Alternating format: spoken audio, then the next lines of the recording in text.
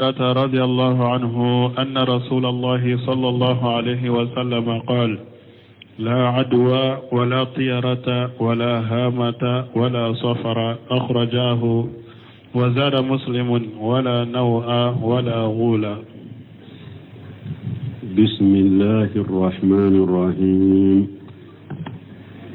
والصلاة والسلام على نبينا محمد وعلى آله وأصحابه وسلم تسليما كثيرا. سبحانك لا علم لنا إلا ما علمتنا إنك أنت العليم الحكيم. أستغفر الله الذي لا إله إلا هو الحي القيوم وأتوب إليه. اللهم انفعنا بما علمتنا وعلمنا ما ينفعنا وزدنا علما. دي أرابا سوية هجرية بكلة أني كمناني أني بناني أني ولنفلا شهر ربيع الأول من هجرة سانكالو سبنا بسوية وطاني كلناي. ميلاد النصارى كجاتي بافلاني مغاني دورو سانكالو كونونتونا بسوية وسبناي. ambe dawdagu masjid al-jaq wa mbokono darasuge shaykhul islam muhammad ibn abdul wahhab aka kitabu kono kitabu tawhid bondami na ko hadisa munu ani ayan ni hadisa munu nana tere ya harabu yalila desu temene anjora hadisa kono abu hurata ka hadisa na ko ciden ko la adwa banate se ka kontamine na yere nyala majenai wala tiarata tereyate rawahu muslim wala tiarata tereya fanate. Donc ni hadisa ako wala hamatan gingi ko fonate wala safara, akhrajahu. Wajada muslim wala nawa ambe wuli muslim yemmen faraka jere sube wuli o yoro de labbi. qawluhu la nawa wahidu al anwa'i na kullu nawa al anwa'i ولكله ودي النوع الأنواع ويجمع. والأنواع هي مناجل القمر. الأنواع ويكلو جيرودي وهي 28 منزلة. كلو جيرو يدي مغا أني ولون فلا. كل منزلة لها النجم تدور بمدار سنة. جيرو بي كالولا جيرو مغاني الشيغي أكلن كله دمنا دولو دوبالا نسان يلي منيه نابك اوا جيرو منا او دولو بي نابك جيرو منا او دولو بي فوكتا سانيلما. وهذه النجوم بعضها يسمى نجوم سمالية. نون دولو نونو با دوله كو دولو منون بنما يفنا وهي لأيام شيف ودولو نونو بفو كلمة فلادلا. وبعضها يسمى النجوم الجنوبية. دولو دوغو بافو كو بانيا فان دولو وهي لأيام الشتاء. ولود دولو قواتي يدي من ينني وغتوية. وأجرى الله لآدات أن المطر في وسط الجزيرة العربية يكون أيام الشتاء، أما أيام الصيف فلا مطر. ابن سمر رحمه الله أقول أنك لا دبولي لا كفمني أرابو كمرا كمان nene wakati de sanji bena ulufe mais min ye tilema fila wagati ye o tɛ sanji sɔrɔ arabuw ka mara camancɛ u ka camancɛ yɔrɔw ala y'a kɛ nɛnɛ wagati de olu bɛ sanji sɔrɔ mais tilema fila wagati olu tɛ sanji sɔrɔ fal arabu kanu yatasa'amuna bil anwa'i arabu tun kɛla u bɛ kojugu min fana danbe ka taa dɔlɔw ma u yatafa'aluna biha u bɛ hɛra fana danbe ka t'u ma fabadu nujumi yaquluna haja najmu nahas la khayra fihi dɔlɔw dɔ bɛ u b'a fɔ nin ye dɔlɔ jugu de ye dɔlɔ tɛrɛlama hɛra tɛ nin dɔlɔ la n'ale bɔra wagati min وبعضها بالعكس يتفاءلون به فيقولون هذا النجم السعود وخير دولو فنبه دولو جوكو كونتر دي اوye ubolo ube hera de dambi kata o dolo ma uba fo ye kunna dia dolo ye ani hera dolo no dolo bora ubo miro ye kunna dia ya ani hera de ولهذا إذا أمترون قالوا مترنا بنوع كذا نند كوسو نو يسانجي سرو وبافو أن يسانجي سرو نندولو مسنا دي سببوي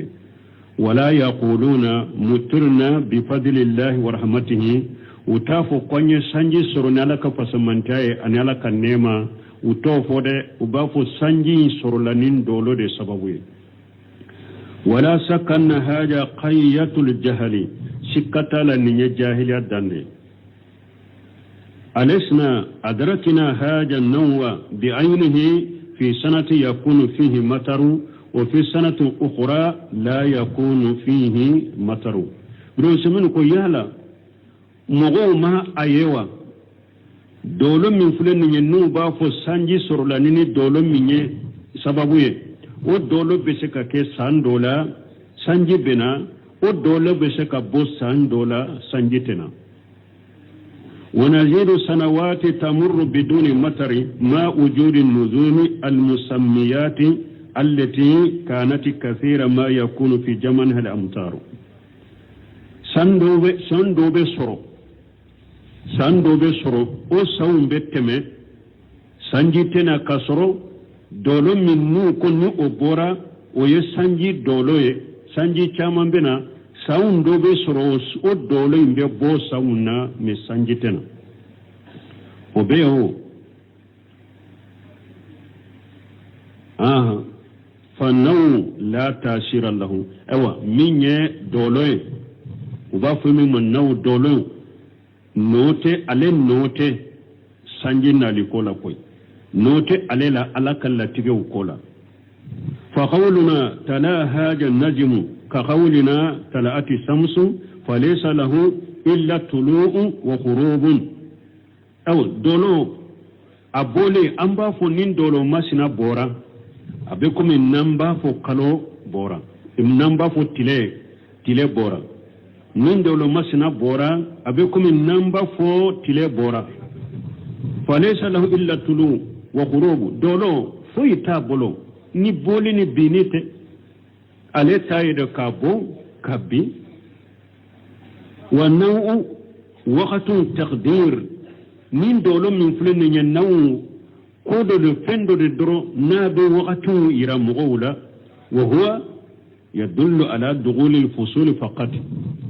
alek yeta man de dro kairana mana ni waqti bora ni waqti donna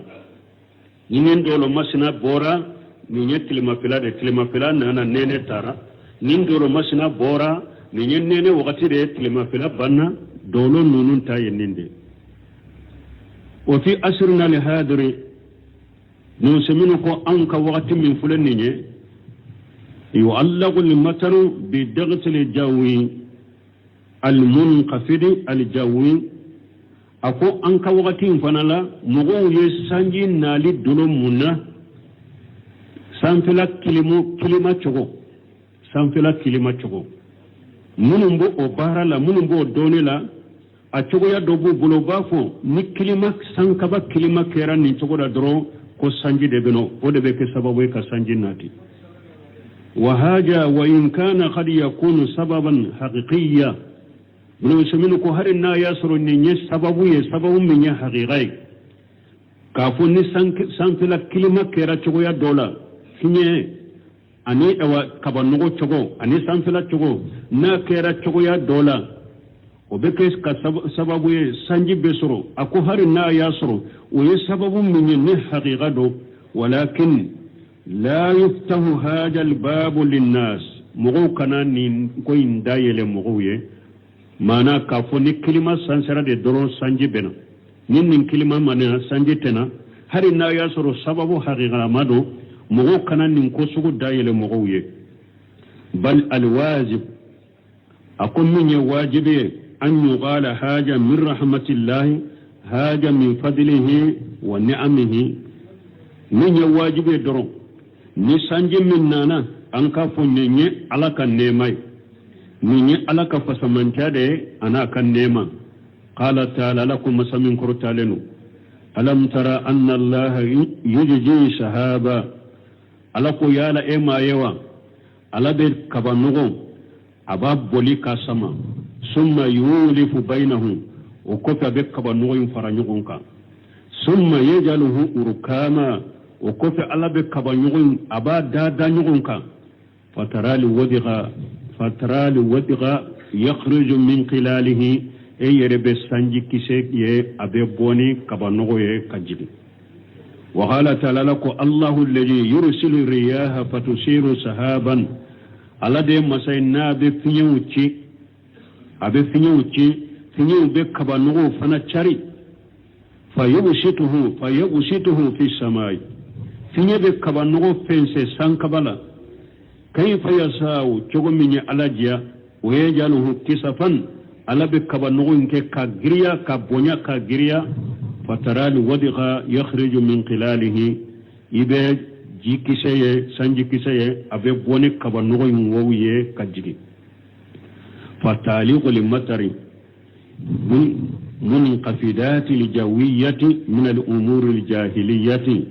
التي تصرف الإنسان عن تعلقه بربه لو سمعك رحمه الله أقول من يكا سنجنا للدلو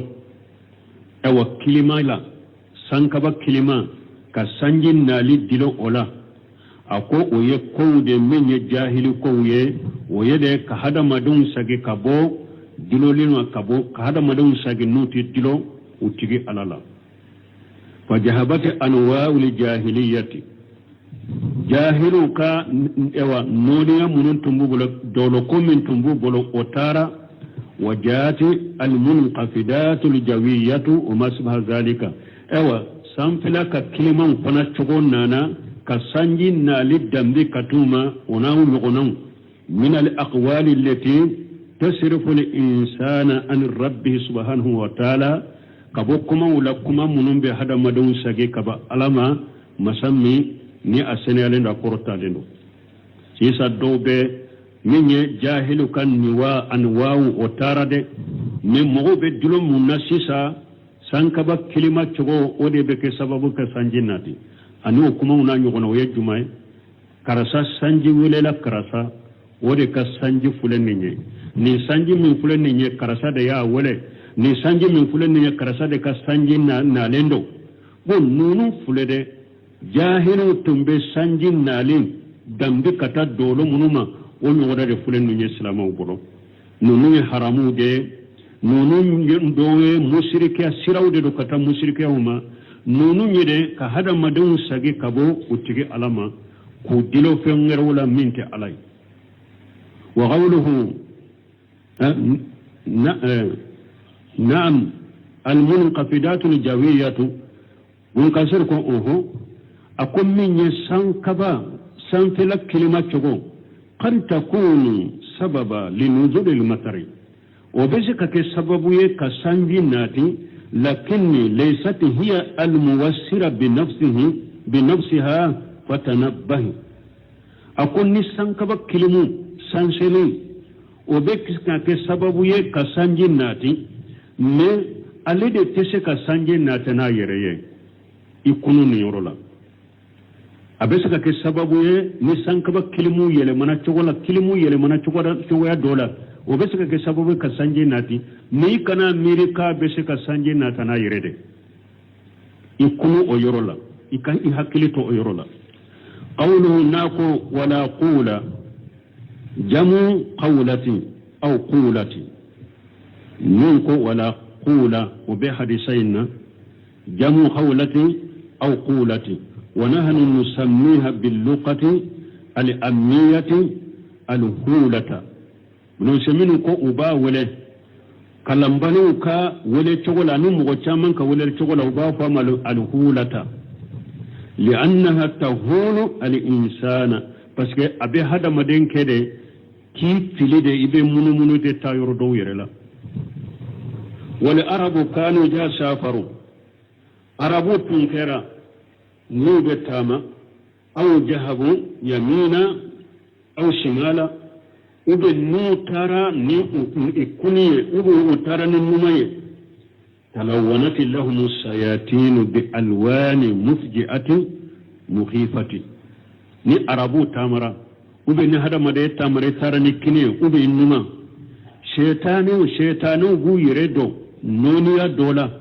ku yere yirula chogoya dola chogoya mi nabi jatige ibeshira fatudghi fi qulubihim al-ru'aba wal-khawfa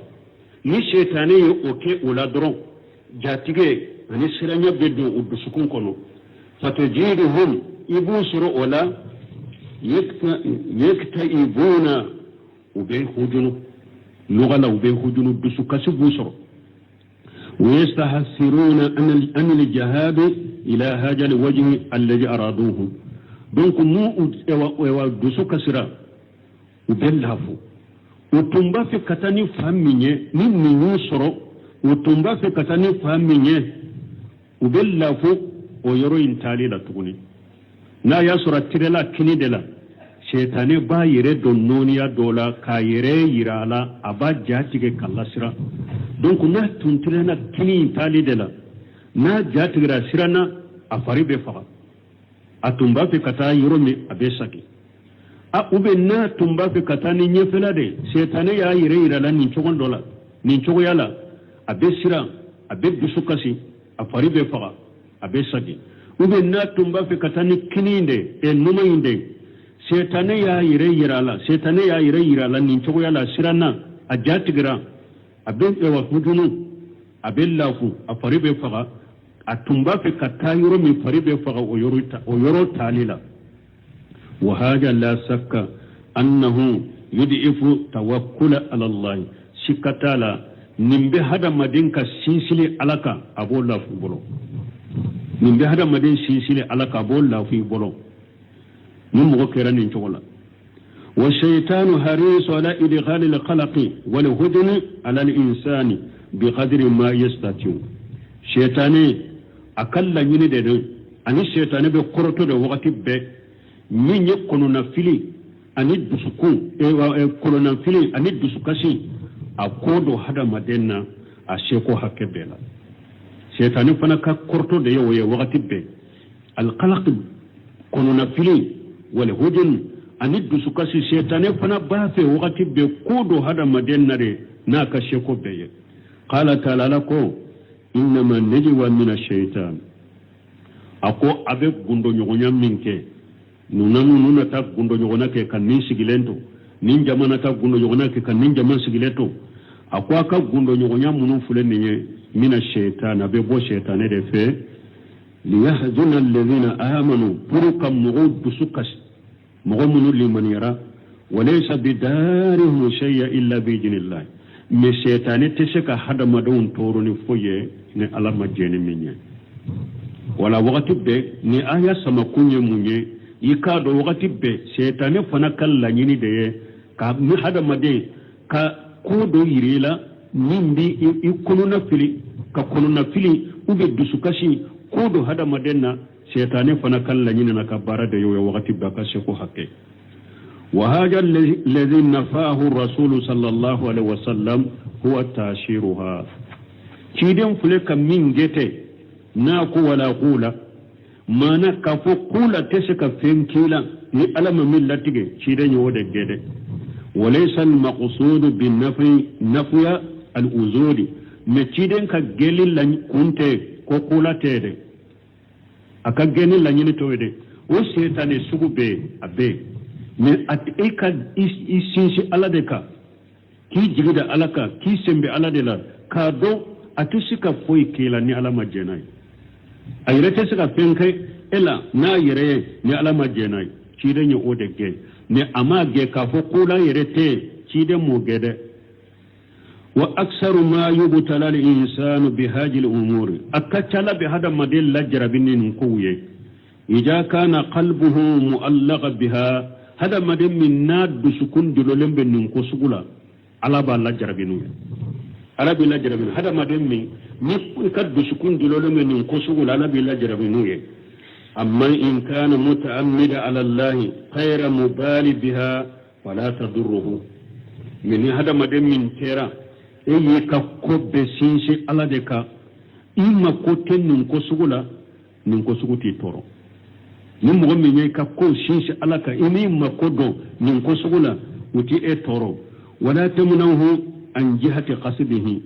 awa otigi fana nin ko suguto tigi bali na ba fe ka la nyine kata yoromi nin ko suguta le bali akatali la akalla nyine yorola qawluhu في حديث أنس ومكلا ولهما عن أنس قال قال رسول الله صلى الله عليه وسلم لا عتوى ولا طيرة ويعجبني الفأل قالوا وما الفأل قال الكلمة الطيبة ولأبي داود بسند صحيح عن عقبة بن عامر قال ذكرت الطيرة عند رسول الله صلى الله عليه وسلم فقال أحسنها الفأل ولا ترد مسلما فإذا رأى أحدكم ما يكره فليقل اللهم لا يأتي بالحسنات إلا أنت ولا يدفع السيئات إلا أنت ولا حول ولا قوة إلا بك. ولهما عن أنس أنا نبغى مسلم كبو أنس بلو قال قال رسول الله صلى الله عليه وسلم وألك تشيدن وألك تنون تشبك لا أدوى ولا تيارة أن ينون كرفوك تمن ويوجبني الفعل مهيركما تشيدن وكدي عليه قالوا نتشيدن يوجبني الفعل وكو تشيدن وما لفعل وكو فعل فنجمعي قال الكلمة طيبة أكو كما نيوما كيدن كو كما نيوما كوني فولي كدي عليه ولأبي داود بسند صحيح أن عقبة بن عامر قد سمنا أبو داود من سند من ككنه قد سمنا عقبة بن عامر من مؤلفه أبنا أكون ننت عقبة بن عامر أكو سهله أن عقبة بن عامر وصوابه أن أروة ابن عامر أقول صوابا يود وبين وفسره الله قد سمنا عقبة بن عامر ما قال ذكرت تيارة عند رسول الله صلى الله عليه وسلم كو يتر يفو كيدن قردون دولا على كترنا كسباك فقال أحسنها الفال كيدن كتر ينيما يدي كما نيما ما نفعلوا انت تريا لدي مكيرنا أن يتريا مثاليا منا بنسمير بن فسره له ولا ترد مسلما مكيرن كو سلاما تريا كنيسة كبويكا كوكيلي لدي فإذا أرى أحدكم ما يكره نادولا كلني فني من نيباكو مانا نيباكي كيكا كودوكي ayasoro koma sina wuyetere ya dofu okono fe donc ne edonna okola dro yi hakali be jiga hada ma dawnye ko min fo okola tere yala bo ciden ko na dola kele nyoye fal yaquri ka fo allahumma la yati bil hasanati illa anta yantigi ala mo foy tese kanani nyumay ni e alate wala yadfa'u shay'ati illa anta foy tese ka kojugo nyoni ni e alate ولا حول yelemate awnye wala quwwata fanga site awna illa bika foni e alaya andemeni yelemani fanga minye rusinu bena korofu da fonena ne aba Allah banke nya koroke minye donc nantara akasrahu la ako وقوله في حديث أنس لا أدوى ولا تيارة تقدم الكلام على ذلك من لا أدوى ولا تيارة أن يكما فنونك كتمه قوله ويوجبني الفعل أي يسرني نقول يوجبني الفعل ما نفعل وبني سنجا ما نقدني فعل وقدني والفعل بينه بقولها لكلمة طيبة فعل تشيدا يريا أبانجنا ككماي وكما نيوما فالكلمة طيبة تؤجبه صلى الله عليه وسلم كما نيوما وقد تشيدا لك ترنا كسبك لما فيها من إدخال السرور على النفس والانبساط من كما نيوما نيارا تشيدا بس كما نيوما فولي aben nisondiya do hadamaden nin kono abe farifone dima kuma nyuma be hadamaden nisondiya do ila abi nisondiya abe farifone kiye wal mudi qaddama lima yasha ilayhi al insanu ani abe ke sababu ye hadamade e ba fe kaminke kuma nyuma be ke sababu ye kila kontine katama kuma nyuma be beseke aboke وليس حاجة من التيارات ومن التريالة بل حاجة مما يسجل الإنسان كما من فوليك كنت تريالة ويقول من بهذا مدين جافري كلا سكتا لأنها لا توشر عليه بس من يأوى كما يمي وتي النوتو إلى بل تزيده طمانينة وخداما وخبالا كما يمن فوليك abi ijiri mafantiya de laika koina ani katanye fe ani ka itile ika koina kate kuma nyuma bode ke wajahirul hadis nanya hadisa jahirul laje afora choma kelimana laje al kalimatu tayyibatu fi kulli shay nanya hadisa jahirul laje ni ciden ko kalimatu tayyiba kuma nyuma falu yodo kadiye donc hadisan jahiru bayira kuma nyuma fembela fengofe kuma nyuma fembela o kadi cidenya lianna kalimatan tayyibata fil haqiqati yaftahu alqalba parce que kuma nyuma folre haqiqala kuma nyuma abi hada madin dusku daire wa takunu sababa li khayratin kathiratin kuma nyuma be sababu ya hera chamanna hatta innaha تدخل المرأة في جملة جميع الأخلاق لحسنته أو هركم يمان فولي وبك السبب هذا مدندو جوغو يمان تقو كغرفلا كما يمان فولي بهذا مدندو جوغو يمان تقو كغرف كنو وهذا الحديث من حديث من فلان جمال النبي صلى الله عليه وسلم فيه بين مهاجورين ومرغوب من حديث من فلان ko fula balili ko fula ani ko donni cidenya an kanu katama ayu fara nyogon kan ni hadisa kelin kono mana ko fula be cidenya an bali kabula hadisa in kono ko do be cidenya an kanu katama hadisa in kono kam bali ko fula la hadisa in kono kalla su kata ko do ma hadisa in kono ni hadisa kelin fal mahjurani huma al adwa wa tiaratu ayambali ko fulan min hadisain kono adwa ani tiara mana kajjate bana be kontaminena ayre hari ni Allah mallatige cide nyambalola an kana o sirandu sukun kono a fulana tereya cide nyambalola an kana tereya sirandu sukun kono wal marhum huwa al falu ayalla kanu kalla sukata jumanna al falu kuma nyuman fo wa haja min husni ta'lim an-nabi sallallahu alaihi wasallam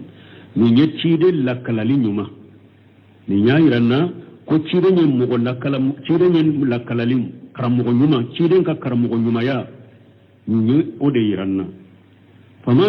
faman zakara al marhuba yanbaghi an yuzkara ma hu ma yakunu marhuba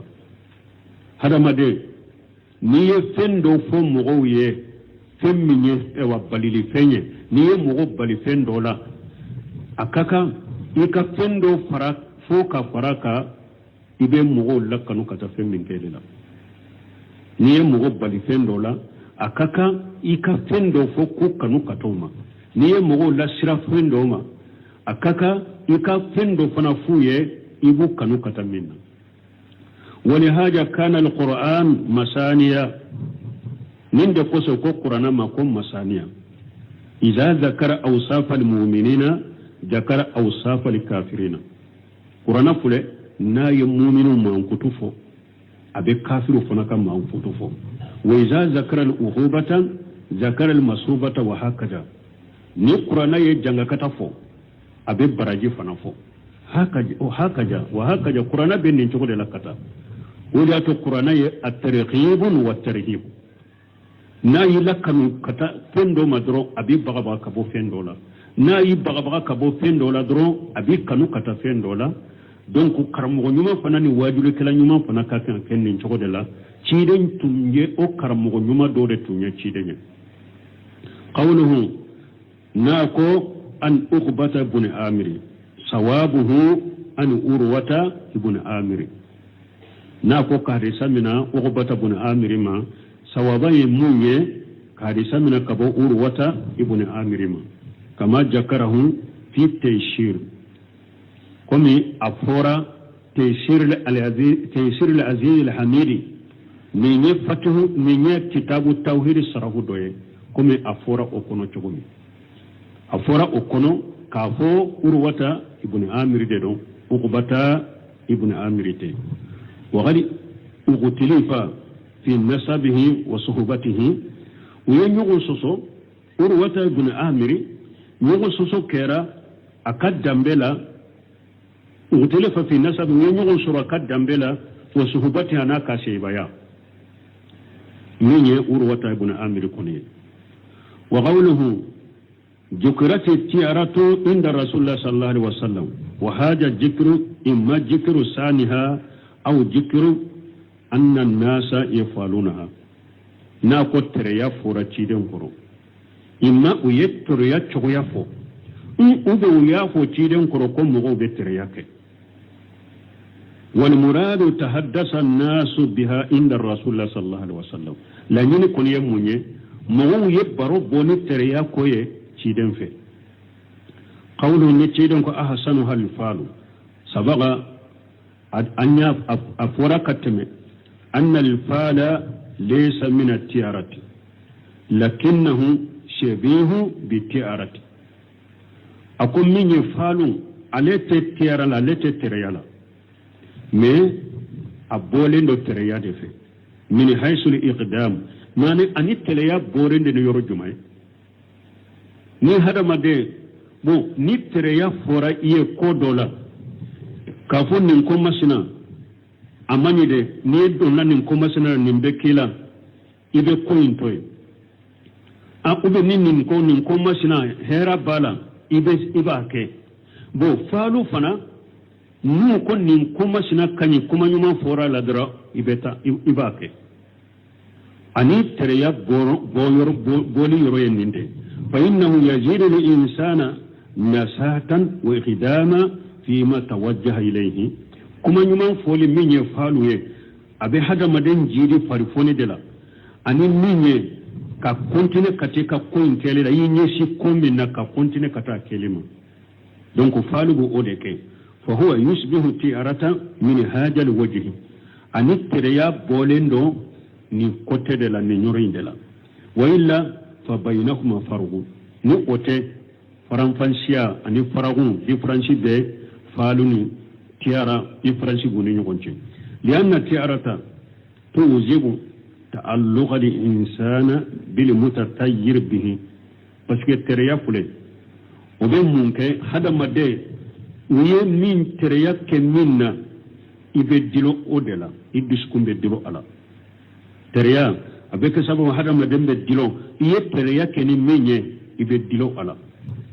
wadafan tawakkulihi ala Allah me menye ika sinsili ala ka bolla fi bolo tereya bi illa ewa i dilo fende la ye tereya keni minye abeke sababu ki dilo ola minye ewa ika sinsili alaka ko la fuy bolo wa urdu'ahu amma hamma bihi min ajli ma ara ewa tereya beke sababu ye i hammina koybe ko minke ni ye tereya inye ibe sage ito ko inke tuguni lakin alifalu min ye falu fule yajiduhu quwwatan wa sabata wa nasata ni ba fe ka femminke ni kuma nyuma fora iyo o koy na falu fora falu be ke sababu ki ka sabati ko ki ka fanga ani ka sabati ki ani ka farfoni o koy kelela falu bode sabati bolo abode jidi bolo fasabahu bainahuma huwa tasiru fi kulli minhuma bo nyogonya mimbe awa falu ni tera ni nyogonche mana unno ukabara ketaw ubonko nyogonya de bunu nyogonche tera be ke sababu ye ide do kokola ni en tereya nyala ibabila falu fana be ke sababu ye iba fe ka koko ke falu be ke sababu ye ka kuraji dima ki continue ka farfoni dima o kelila ubonko nyogonya yoro en ninde قوله ولا ترد مسلما يفهم منه ناكو تريا تيدن كو تريا كان سلام سغي كبيكا كو كلمه يفهم منه أنبا فامون حديثا أن من ردته تيارته عن حاجته فليس بمسلم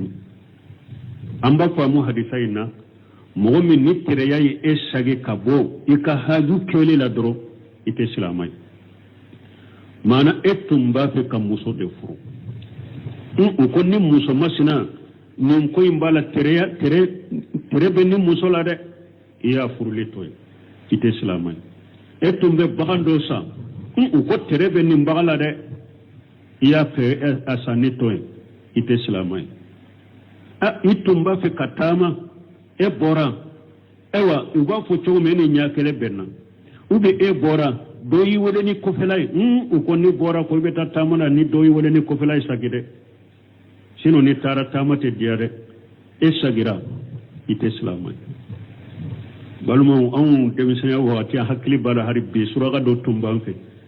alebe kono faga de ke dufa ni fenno no kungo kono la beta o chamande faga kana fere nana kamra fa bora doro ni ya togo wele doro tato abesa gasramrat abesa gi demisonu fana yo odo ala hutumba segede ubeta miru abora doro doba wala besage ni abora doro dore ba wala doro besage o chiden ko tereya temu go sage parce que le boloni abora nu ya wala doro na kontina kata ko atefen sorola demisonu fana yo odo ala wiya ke so ba misana we abora doro doba wala besage abesega sinya sabashe nani ken chogola ateta donc wala ciden ko tesla masagi qawluhu fa ida ara ahadukum ma yakrahu ni ciden ko na dola kelenya fendo yebe minko fa hina yiji khari taridu ala qalbihi tiyaratu o wakati tereya imbena iddu sukun kono masala ko ni wa muso ko haketo de parce que kacha ka miri mo be tere miri muso ni feundela ni eye muso do furu ko terebe ni muso ina eya furu dondole ye kodo ye muso ina dro mumbena tereyen bini dusukun kono uyenni fonyede ateni dusukun kono wa tereyen bini dusukun kono uyebtaidu amma yuridu wala yuqdimu alayhi donc depuis eye muso nyini eba anyini to donc ni muso tereba la de ema nyini ni bilade mais furuma siri folo atigi banana doni dum aba fo ni nye folo yo folo mato ala yere folo ibebo wala yurdum alayhi wala ite continue muso yin furule na nyinini la nyinte kaylawa wa khari jakara nabi sallallahu alaihi wasallam dawa ali jalika wa chiden fule kan nim furade fonye nin ko sugu nanila chiden fule ka o furade fonye eko ebe sosa ko tere balade mais eko aita ma ko ne basa ire na ka ko iba se laje ayibi tereya bena wa abeni dusukun kono ka fo ye min fo ni ana to ide se la jeli doro kan ne bite we ciden ka fure munye tereya imbeni dusukun ga tena abena nya ko fure munye abena fure de fuye wa qala ciden ko falyaqul allahumma la yati bil hasanati ila akhirih mana allahumma la yati bil hasanati illa anta nin tereya nani dusukun kono to suro kanika ko imbila de a furai minye yi ka funtigi Allah foi tesika na ni nyuma unye ni e alate wala yadi fau shayati illa anta foi tesika ko dugun nyoni ni e alate wala haula yele malite anye wala quwwata fangata auna illa bika fo e alaka demeni ninda ya furai nin fo ka temeni ka koy ikana bo ninda ya furai yani allahumma budu sunu guna wa kwa كلمة نون التوسيرين أقول إليك كتهدي سلبا وقوله اللهم لا يأتي بالحسنات إلا أنت وهذا هو حقيقة التوكل من دي كقوشين شي ألك من دي أحقيقة نيا حقيقة وقوله اللهم يعني يا الله اللهم كرموني يا الله ولهذا بنيتي على الدم من دي قصو أوا يا الله اللبا aywa a sigira munka ala dammi ka ke dammai li anna al munadan alamu parce que woleli ibaka kamin wole taman sedero ala to godero bal huwa a'lami mana ala kataman sun kataman se berebele ode akatogo taman sun kataman se berebele ode wa arafu al ma'arifi aywa ala be doni ni munye ala ka don fin nka fen donen de Allah wa ya Allah de ala li itlaqi to bela wal mim i wadi aniyai Allahumma mimun bilala yayin de nola mimun bilala yayin de nola al mahjufatu yayin min na bora ni agena ka boy mana Allahumma lamu ani e wahawu ko de to Allah afamura wala togo ko Allah bo mimun ya Allah mimun fule kabira ya wula ya yumin gena kaboy wasarati fi akhir kalimati mimun labana kalimat labana tabarruka bil ibtidai bi ismi Allah subhanahu wa ta'ala ko be kurufula min fola ni ko Allahumma akurde ibake ka barikanyini ni ke ni alaka togoy tabarruka bil ibtida bi ismillah subhanahu wa ta'ala ibake ka barka nyini ke ni alaka togo ewa ika koyin damina lila ni alaka togo masami senana kortale wasarati mima donc yaun labana ka ke mimu li'annaha tadullu ala al-jamu parce que mimu be kandali minke jamu fa kanna daya jama qalbahu ala Allah abekomi woleli kila yi dusukunde fara ɲɔgɔn ka ala ka weleli la laɲini ye nin de qawluhu la yati bil hasanati illa anta ay la yuqaddiruha mana la yati bil hasanati illa anta foyi tɛ se ka na ni ɲuman ye ala ta laɲini mun ye foyi tɛ se ka ɲuman latigɛ wala yakhluquha foyi tɛ se ka ɲuman da wala yujaduha foyi tɛ se ka ɲuman lasɔrɔ lili abudi ka hadamaden k'i ka sababu kɛ ɲuman sɔrɔ إلا الله وحده لا شريك له فو على كلام بيو مسامي مسا كلام بيو مسامي جيني كونتالا مغو سيتسكا هيرا لاتكي فو يتسكا هيرا دا فو يتسكا كي جو نيبي هيرا سرو ني على كلام بيو تي جو يونتي على لا وهذا لا ينافي أن تكون لحسنات بأسباب من فنا تابلي كو هذا مدينك نيوما سببو بالا ni fana tabbali ko nyuman soro li fana sababu bala li anna khaliqa hadhihi al asbab huwa Allah parce que sababu min yere ba to ko ni ebe nyuman soro ebe hera soro o sababu yere damba e donye ala fa idha ujidat hadhihi al hasanatu bi asbab khalaqaha Allah sara al mu'jidu haqiqatan huwa Allah ni sababu kera sababu ni sababu ni ode kera sababu e hera ni soro ala fana de ye sababu inda donc haqiqa la sisa donye hera indimo ala hari ni eye hera soro ni sababu nye masami nye sababu inda ni eye hera yi soro ni oye donc hera yi abesagi haqiqa abesagi kata ala de yake wal muradu bil hasanati ma yastahsiru al mar'u wuqu'ahu hasanatu kore munye mana hada madde min keli ibolo ni ba ajjate nyumay min keli ye nyumay ibolo min keli iba jate ko nyumando wa yahsunu fi aynihi abenya yinye korofana min keli bolo iba jate nyumay abeke fe nyumay yinye korofana hasanatu kore ninde wa yasmalu zalika li hasanati saraiyatin awa nin nyuma min fulani nye abe hari sariya ka fe nyuma unta ka salati wa jakati wa ghairiha komi salli jaka ani nunun tana hijun ni ala ye nunun ke mogoye donc nimbe hera ube herate jumbe nani numbe kike salli baganganaye ni be salli nata chogola kike jaka bolaye kike ala ye mogoya ke tara hijue nunu ye hera ube herawte nyuma undero abedo akono ya annaha tasurru bil mu'mini parce que mu'mini be ni sonjanu ye ويشمل الحسنات الدنيوية أو ولا يأتي بالحسنات أبجيا فنكا نمونتا كالمال والولد ونحوهما كم النفلو وبدون وبنانيغنو لا فيا مسنمو سنمو أبو فنتا نمبن بغي على ده نمبن بغي على ده قال تعالى لكم سمين كرتالين وإن تصيبك حسنة تسوهم أقول كيدما akuni nyuma ye esoro obe kafiri nunu ni songa mana ni ayalla nyini ni tire nye dewa dina hera soro kafiru tumbe ni songa nai na ye jiya hera soro kafiru tumbe ni songa nai kafiru tumbe ni songa ni tire nga herai wa in tusihu ka musibatu menim masiba yusoro yaqulu qad akhadna amrana min qablu an min fora munafiqu de ka kola suratu tauba kuno munafiqu tun kero be ciden no fede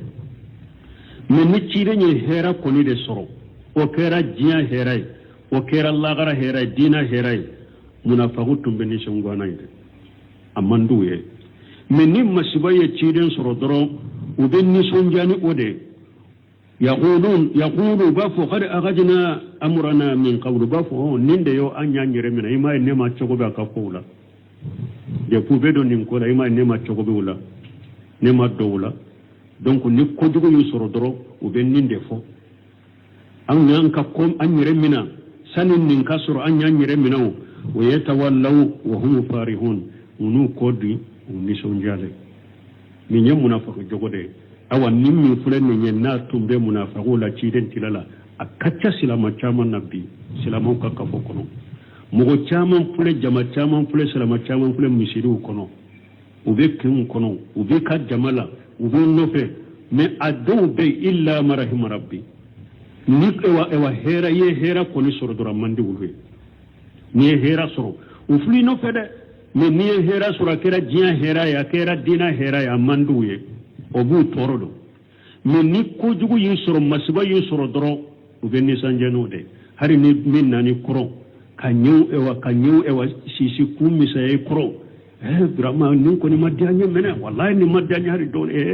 aka boy kuro doro abin sonja na tar do pe ima he me nyasoro ima ye de pe abe do ko na ni ma chogo be wala ne firemina atenni nyewa abeto fo hari siso kacha sila mauchela ada maden ki re kuro si doro la ka ki tanga bagay men ni hada maden du sikun kala si doro ki ka koda alaka alaysa allah bikafi abdahu alaba ka jongasa wala ni ko ni ko da alaka ki dusun kala si doro alaba ka jong masa sino hada madon manyide ci de nyem min fo munafiqu ka kibari ala o kacha hada maden chamandela wa qala ta'ala fi ayati ukhra alako aya wara kono in tamsasukum hasanatu tasuhum awa alako akoni hera ya awsoro o be munafiqin nonu o bu nusongwade o be digi ululade wa in tusibukum sayi'atu yafrahu biha min nikujugu ya usoro dolo be ni sonjani ode ibe panai wallahi jama chaman fule bi islama chaman de fule bi hara do budda me kata sunna ni fewma yakan nyuma hari ni ya fuye alhamdulillah karasala ni hera ki wote fode woto jense koy men nu ye ko dugun ewa kasa fitini ni ye o sama in nunye kasa fitini kasa dugu fitini sama ino fe ube pano ye ube ta fambe au makarasa en ko ya ninde fa makarasa en ko ninde ba no fe sisa au makarasa en ko ninde ba bolo sisa ube pano ye kato char ube ni sonjani Allah yi wode fo Qur'an ko sallallahu alaihi wasallam ni ko nyuma ya wosoro dro hali sunna wal jamaa cinya tigu aw munum be na cinya ka uddu su kunya kelenya cinya la ni hera ya wosoro dro munafiqun munum ba wonno fa bun ni songo ni nim masibani ko jugo ya soro dro ni sonjani ode wakati sera wa qawluhu illa anta fa'ilu yati لأن الاستثناء هنا مفرغ قوله ولا يدفع السيئات إلا أنت السيئات ما يسوء المرأة ووقوعه سيئات من هذا مدى نيتا في منك أنكو نمي إبا في هيرا منك هيرا من نيبا كنوكك ولي حسناتي من سيئات إتا في كدو منك ولي سيئات من هذا مدى فم بي دسوكسي نيتا في أكاكي وينفر منه نبي بولانيه pura kanisoro halan aw maala ko jugu de etape ko jugu inkake ibe boli ko jugu nye akanisoro sisa ube akanata isoro nyefe wala yadfauha illa Allah ewa o ko jugu foy to nyoni ka boy kan ni alate ولهذا إذا أصيب الإنسان بمصيبة من دكوسو هذا مدين نم مصيبة يسرو إلى تجا إلى ربه تعالى وديا تو هذا مدين فل نم مصيبة هذا مدين سرو درو بسم بكتاتي على دم مثلا من كرة تالندو حتى المشركون إذا أركبوا في الفلك أو هر المشركون فل نو يرى لبتوكا وشاهدوا القرق يريا دكو بنا توجيلا دعو الله مغلشين الله الدين وبعلى ده ولا وكان ولا لمن كبتو بقناش عليه هذا مدن فنا تشوفه ده نيجي ده نتورا كوني هذا مدن مصيبة كوني هذا مدن سرودرو أبدا سنبه على ده هاري مشركين ما difference بين يوروب نادا كومي وقتو كوسو ويفولون كم مشركين يدا parce que fulun kam mushrikun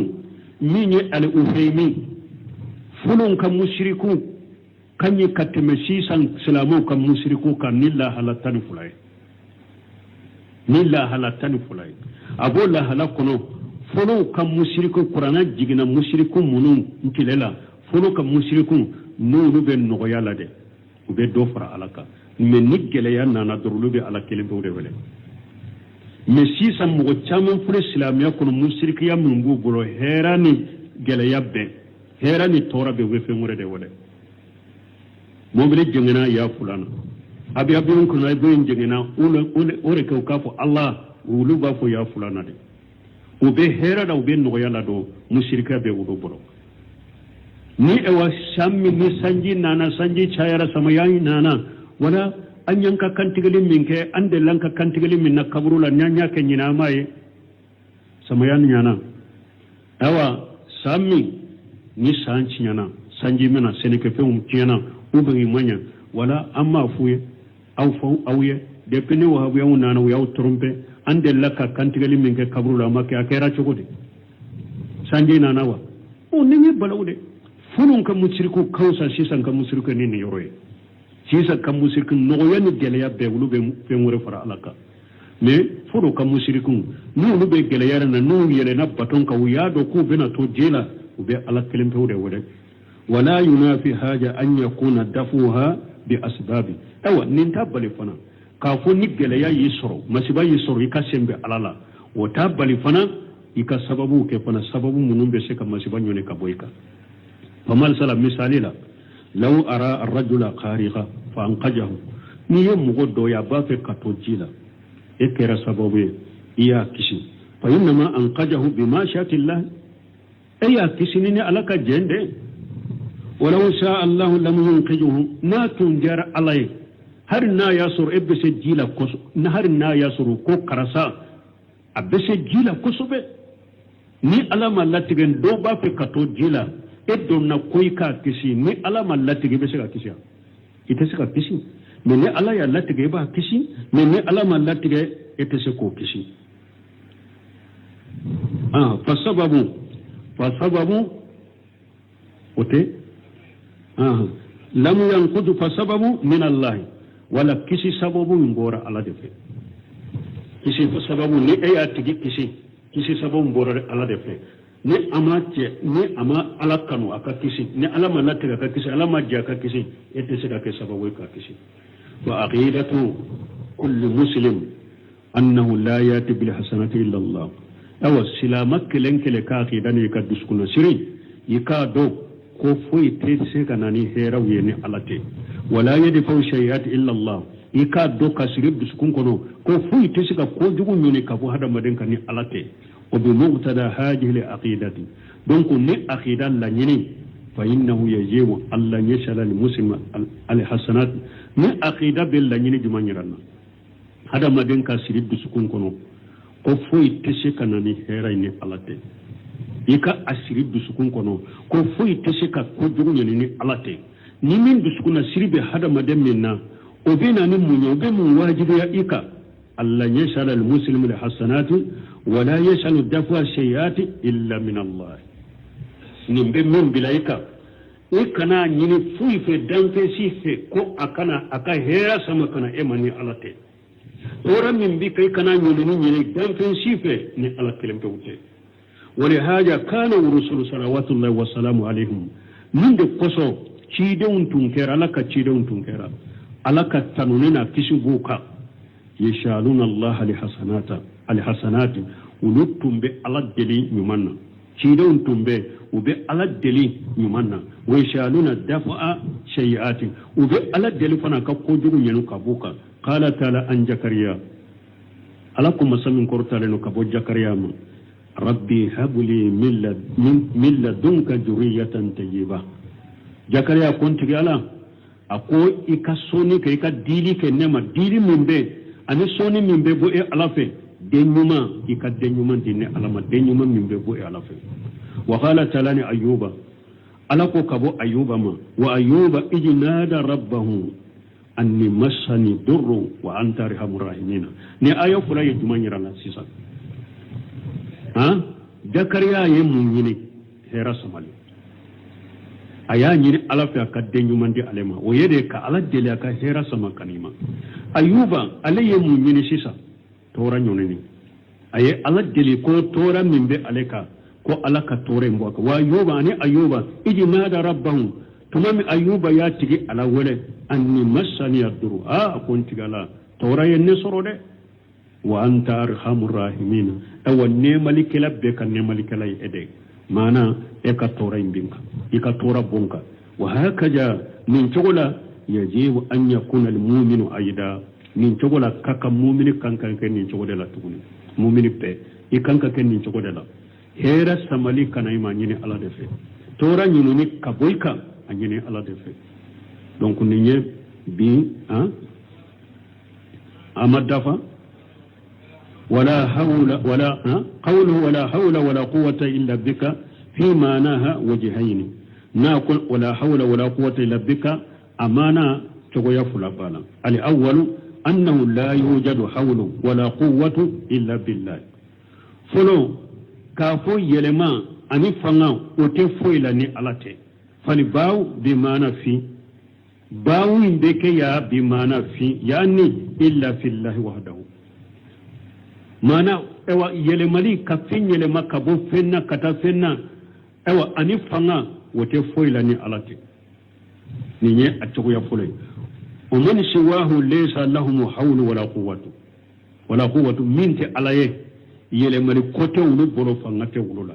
fanga ni yelemali bebe alate la wote fengere la wa yakunu al hawlu wal quwwatu al munfiyani an khayri allah kuma al hawla al mutlaqa wal quwwatu al mutlaqa donc avec ça minye ka yelemani ewa ka ge ka fanga ge ku fula ge ka bo ala tana bolo ewa la nyine munye yelemani ewa ha la bilale yele mani cogoya bilale ani fanga cogoya bilale lañini yo ode li anna khayra allahi fi hawlu wa quwwatu lakinnaha nisbiyatu laysat bikamilati parce que hada ala tanafule yele mani be hada ala tanala fanga be ala tanala me yele mani mindo fanga mindo nisbiyata yele mani minni kaka ni ka hada mariya kaka fanga minni ka hada mariya kaka yele mani dafalente fanga dafalente mana ibisi fendo yele mani da me ibisi ka fembe yele ma ibisi ka fendo de yele ma me ibisi ka fendo yele ma bo fanga bila ka fendo de ke me fanga tila ka fembe ke fanga dafalente la nyini yeninde wal hawlu kamilu wal quwwatu kamilatu fi llahi wahdahu ni yele mani dafaleni fanga dafale ko be ala de la me hari ne hada mun ni yele mali be ube fanga bala fanga dafalente yele mali dafalente me yele mali dafaleni fanga dafale obe ala dela ala kelem ton menye amana fuloy asani fulanna annahu la yujadu lana hawlu fulanna ka fu yele mali te an bolo wala quwwatu fanga te an bolo illa billahi fo ni ala yande men yele mali menye ube ni ala yande men fanga minna فالباو للاستعانة أو لسببية ولا نيا كنين الله على فلان باو بك كدمين على في هو باو بك سببية مانا أون تسكا يلما فوني نانيا دمين على في نايا يلما دمين كاني فانغت أون فوني ني أني دمين على في نايا دمين فانغ منا أوبي فوني على كرا سببية كيلما دمين كاني ube ni ala kera sababu ya kafanga minda mani ote fangatana bawu mbeke nenye wa hajal maana asahu buna usiwuni ko ni mana de kakene awun te seka yelema fangate awuna nyala ka demelite ni mana de kakene wa huwa muqtada urudiha fi mawadiha bo ninde beke ewa yelemani ewa anali ayorola ninde beke sabo yelemani bena anayorola إيجان إننا لا نتحول من حال إلى حال أو فلي أنت سكا يلما كبولا حلالا كتالا حلا دولا ولا نقوى على ذلك إلا بالله أنت فنصرني أولوه ني على تي أو أنت سكا يلما كبولا حلا دولا كتالا حلا دولا كفنصر كبولا حلا يلما كبولا حلا دولا كتالا حلا دولا أنت سكا كي أبدا إلا بالله فني على دي يندمي فيكون في هذه الجملة kamalu tafwid ila Allah donc ni jumla be ke sisa hada madani ka kodi alama dini dafale wa anna al insana yabra min hawlihi wa quwwatihi nirula bikum hada made eyire barriera ka boy ka yele manila i barriera ka boy ka fangama illa bima ataahu Allah min hawli aw quwwati foni alaye tawa yele malim min dima ni alay fangama min dima abikum ni anya ken ni mana labai hada made iye kobbe ditigi alama abe komi yayira ni tesaka yelema foni ala ye yelema ni min kenye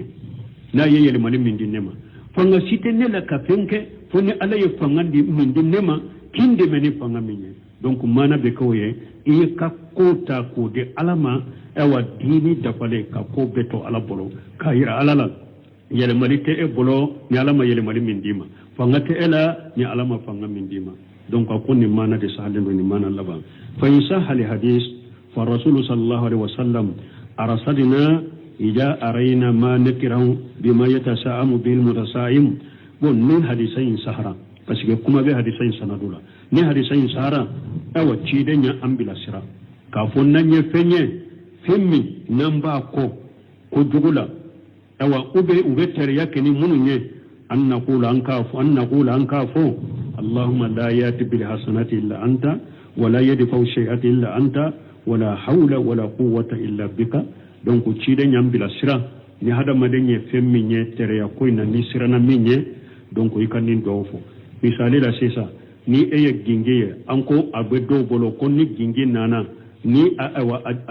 ajigila e ka soka ube e ka foro la jigina e ka irika ko okorode ko jogo do bini soro ni eye gingi nana tu e ka bonna ube anana tu donc ika ewa iri la ika foro kono bon nu hada madon ka kuma nani ka hakili kono nin do ufo سبحانك اللهم ربنا بحمدك أشهد أن لا إله إلا أنت أستغفرك وأتوب إليك. توحيد. باب ما جاء في التطير. عن أبي هريرة رضي الله عنه